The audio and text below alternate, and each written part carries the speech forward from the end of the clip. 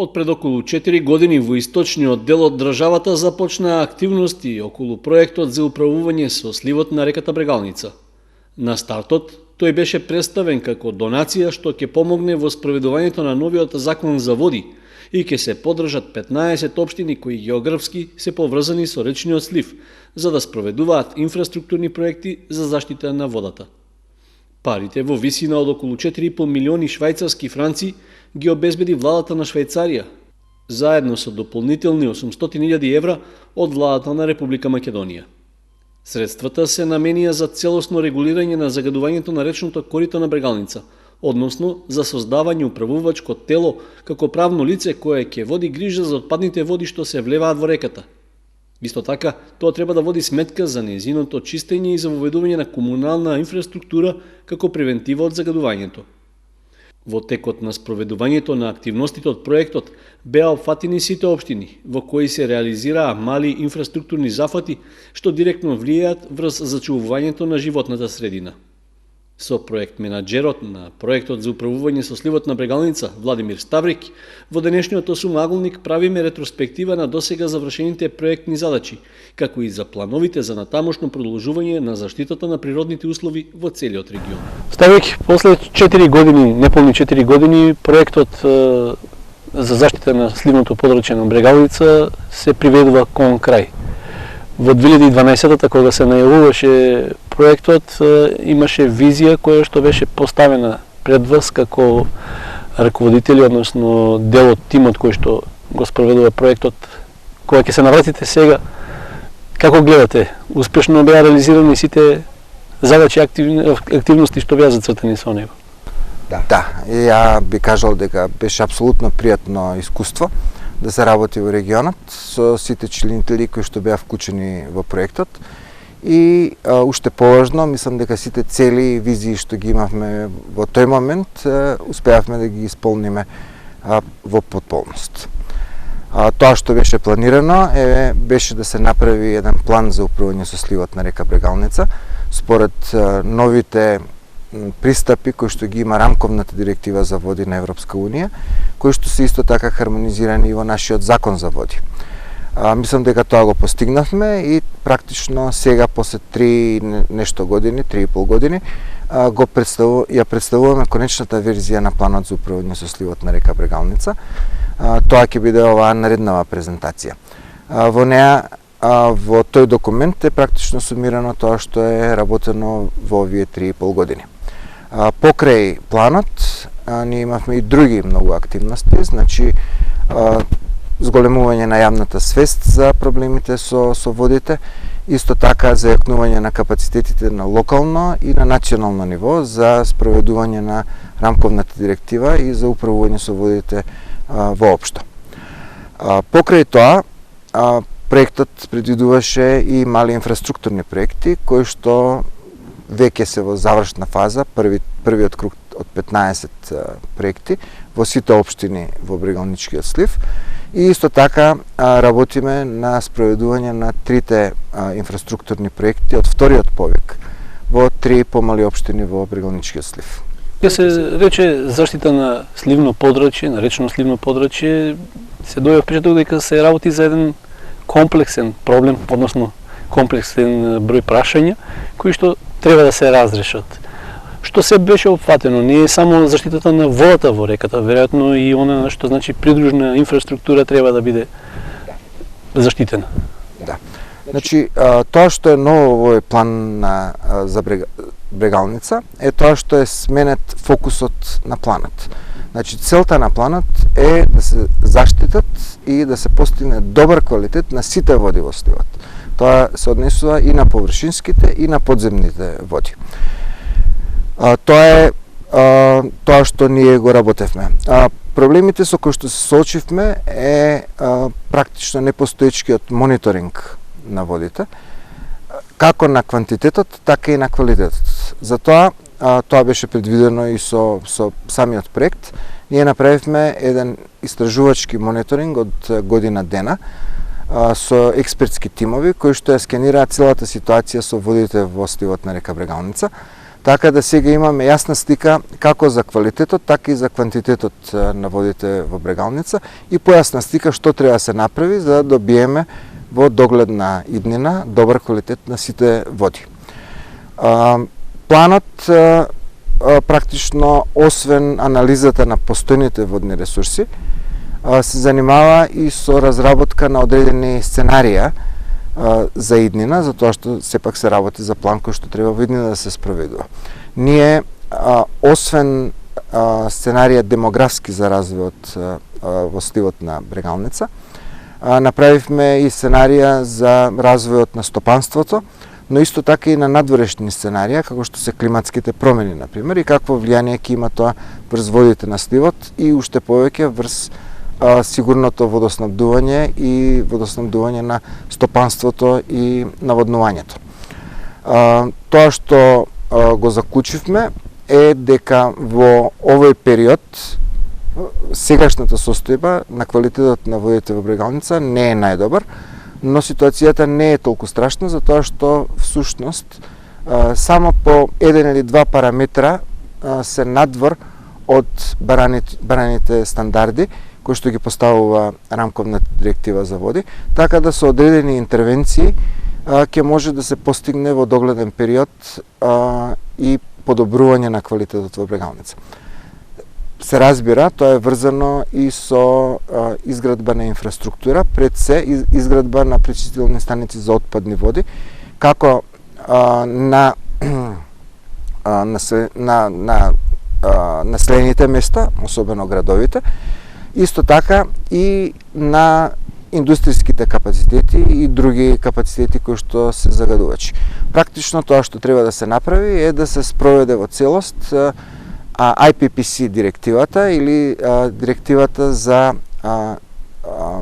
спречување и намалување на загадувањето во Република Македонија. Тоа е исто така хармонизирано во Законот за води. И како резултат на нашите анализи, ние во планот имаме и така наречена програма на мерки, која што е план за активности кои што треба да се спроведат за да се постигне целта, значи подобрување на квалитетот на водите во сливот на Брегалница. Кога рековте не е на најзадоволително ниво квалитетот на водата во Брегалница, направивте ли некакви истражувања од каде најмногу се загадува всушност реката, со оглед дека индустријски барем капацитети во последните 20 на години нема многу големи кои што би предизвикале загадување? Да. Ние направивме опсежни истражувања и практично во сите сезони направивме истражување на квалитетот на водите. Тимот на Брегалница исто така постојано ги следи и квалитетот и состојбата на подземните води во сливот. И сега имаме јасна слика за загадувачите и за мерките кои што треба да се превземат за да тоа се подобри.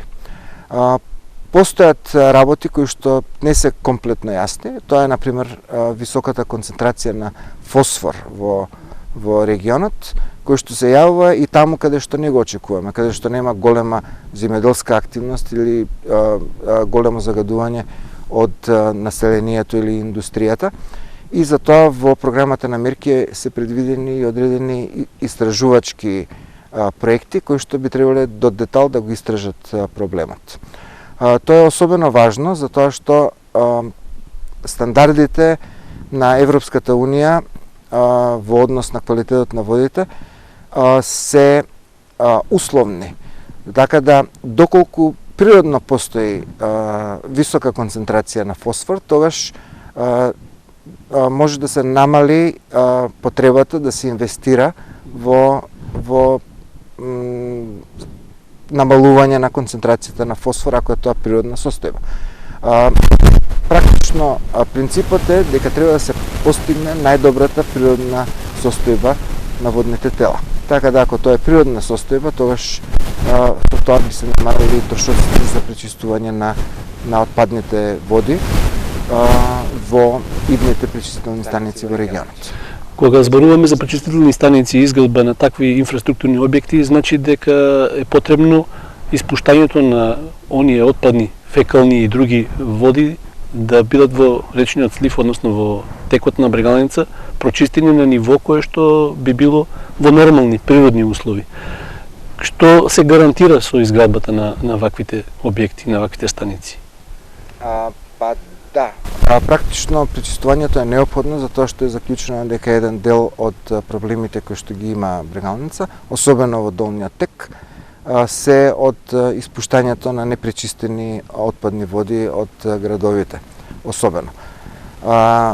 Има Европската директива за урбани отпадни води, која што исто така хармонизирана и во нашиот закон, предвидува степеносто или да кажеме фазно спроведување на оваа директива, како прв приоритет е решавање на отпадните води во градовите и независно од нашиот проект, значи проектот за управување со сливот, веќе се работи на тој проблем. Државата, заедно со странските донатори, инвестира во оваа проблематика.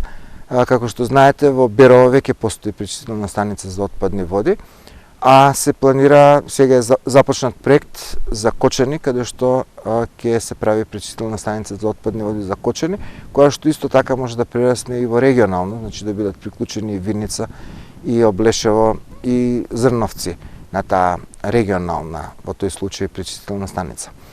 Во Делчево веќе се изработува физибилити студија и мислам дека тоа е вистински начин да постепено, град по град, се решава проблемот со отпадните води. Како што знаете, тоа не е воопшто лесна работа, инвестициите се многу високи, така да државата заедно со странските донатори веќе работи на случајот и мислам дека во догледно време за 2 циклуса на спроведување на плановите за управување со сливот ќе се реши проблемот во поголем дел или целосно. Има ли некое минимално ниво под кој не треба да се симне квалитетот на водите во речните сливови воопшто, за да бидат задоволителни и да може да се каже дека тие речни текови не се загадени? Да, ние еден од проблемите со кои што се соочивме е да ги поставиме тие референтни услови кои што треба да ги постигне секое водно тело за да можеме да кажеме дека не е загадено. Тоа го направивме иако беше тешко затоа што ова е прв таков проект во овој европски екорегион. Веќе постои во Македонија план за Преспа, но Преспа не е споредлив слив со Брегалница и е во сосема друг екорегион. Затоа поставувањето на стандардите беше многу комплицирано и затоа ние ангажиравме стручни екипи од научната фела во Македонија да ни помогнат во тоа, така да практично условите кои што треба секое водно тело во Брегалница да ги постигне се јасни. Тоа што треба да го направиме е да почнеме со спроведување на програмата на мерки и постепено да го намалиме внесот на загадувачки материи во водните тела. Кога ја правевте оваа завршна визија, би рекол, за иднината на тоа како ќе се одвива заштитата на речниот слив на Брегалница, имавте ли некој период оптимален во кој што во наредниот период во иднина реката ќе биде ставена во контрола, би рекол, и обезбедена некаква заштита во нормални граници? Циклусите на планирање на Европската рамковна директива за води се 6 годишни. Така да ние се вклучуваме практично во вториот циклус на спроведување на рамковната директива, а тоа е од 2015 до 2021. Наредниот циклус е 2021-2027 година и така натаму. И според нашите предвидувања, доколку програмата за мерки, која што нормално во нашиот план се однесува само на првите 6 години до 2021, значи доколку имаме 2 такви циклуса на спроведување, би требало да имаме многу подобрена ситуација во 2027 година. Се разбира, Европската директива дава можност за дерогација или за одложување на спроведувањето на дел од барањата, така да и по 2027 година веројатно ќе треба уште напор и инвестиции да и долниот тек на Брегалница биде со задоволителен или баран квалитет.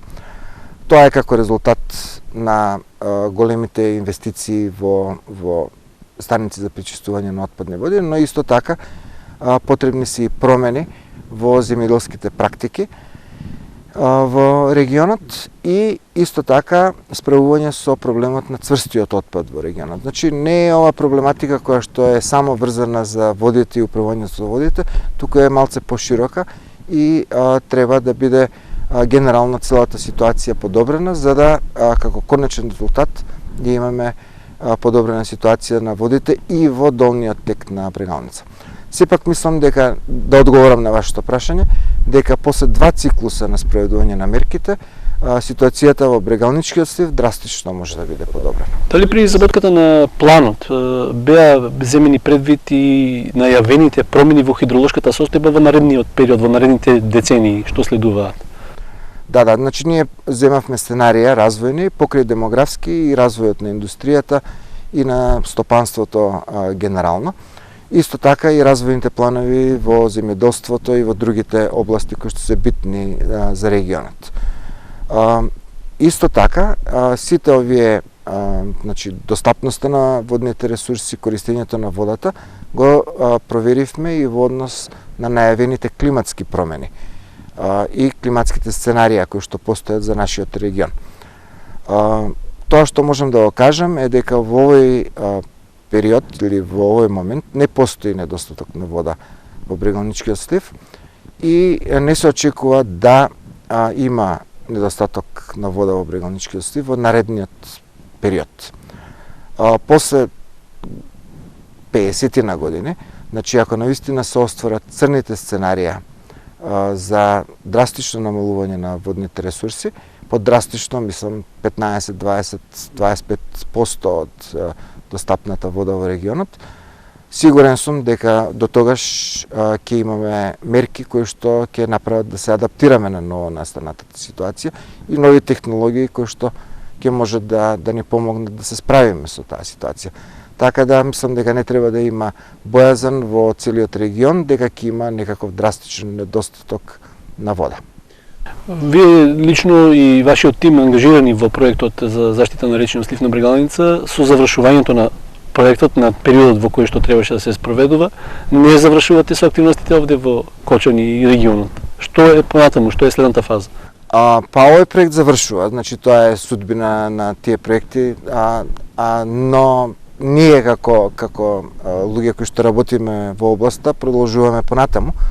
Истата швајцарска фирма Ernst Basler и партнер која што го спроведува проектот за управување со сливот на Брегалница, продолжува да работи на проектот на пречистителна станица за отпадни води за Кочани. Тоа се практично 2 големи инфраструктурни објекти. Едниот е колектор за фекални води за Кочани и пречистителната станица која што е лоцирана во близина на Мојанци. Тоа е исто така проект кој што е финансиран од швајцарската техничка соработка, од СЕКО, и спроведуван во соработка со Министерството за животна средина и просторно планирање и особено со Општина Кочани и Водовод Кочани.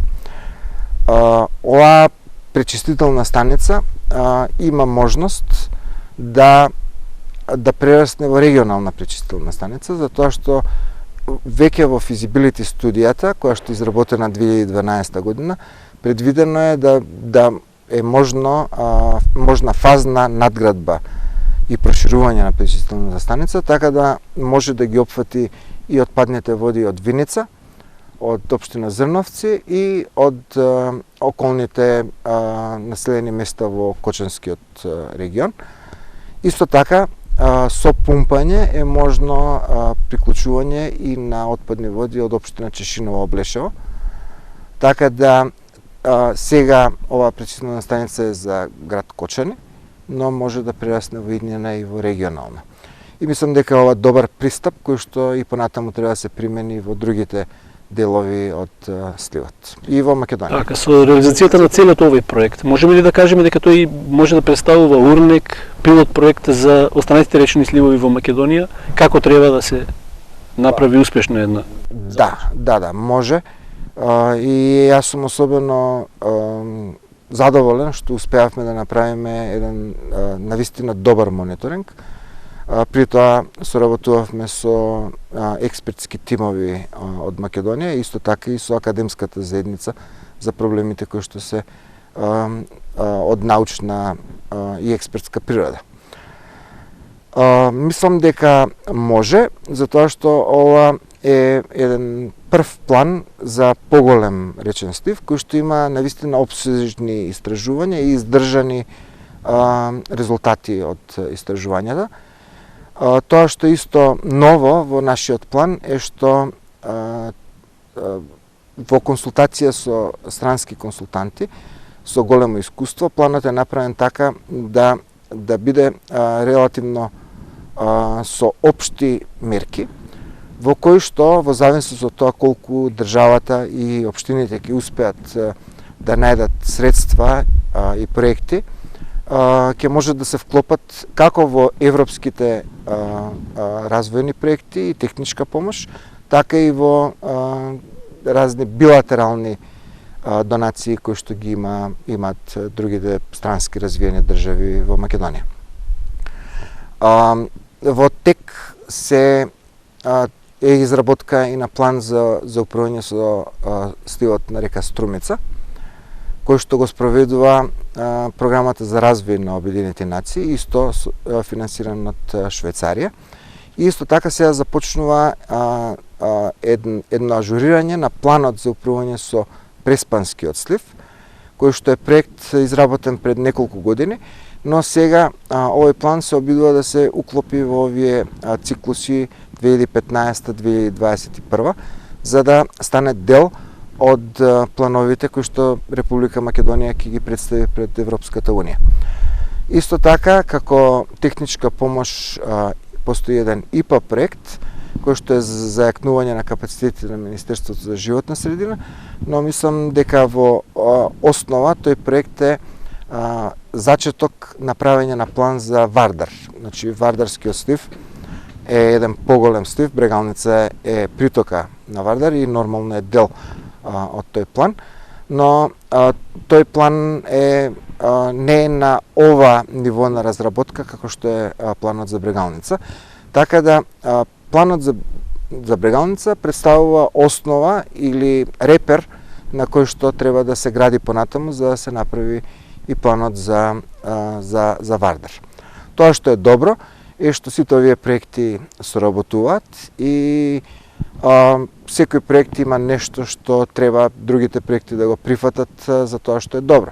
Например, ИПА проектот за Вардар формира така наречен Water Information System или информационен систем за води, во кој што сите планови треба да бидат вклучени, така да тој ќе служи како за секојдневен менеджмент, за секојдневно управување со водите, за планирање во овие планирачки циклуси, но исто така и за комуникација и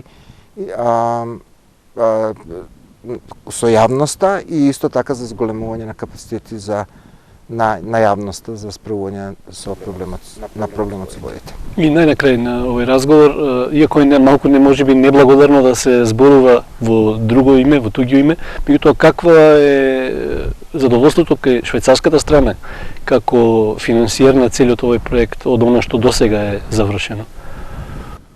Па колку што јас знам и колку што можам да оценам, мислам дека и донаторите се задоволни за тоа што практично се што беше планирано во почеток со овој проект е спроведено. Имаше нормално работи кои што може и подобро да се направат и побрзо, но сепак една од компонентите за јакнување на капацитетите мислам дека ја постигнавме, така да со секој нареден проект мислам дека ќе биде се подобро и подобро. Ја би сакал да го изразам моето задоволство лично, а мислам дека тоа и швајцарската страна би го потврдила, од соработката генерално во регионот, како со општините, така и со Центарот за развој на Источниот плански регион, со кој што блиско соработувавме во спроведувањето на проектот. Посакувам успех во реализацијата на наредниот проект што следува веднаш после овој.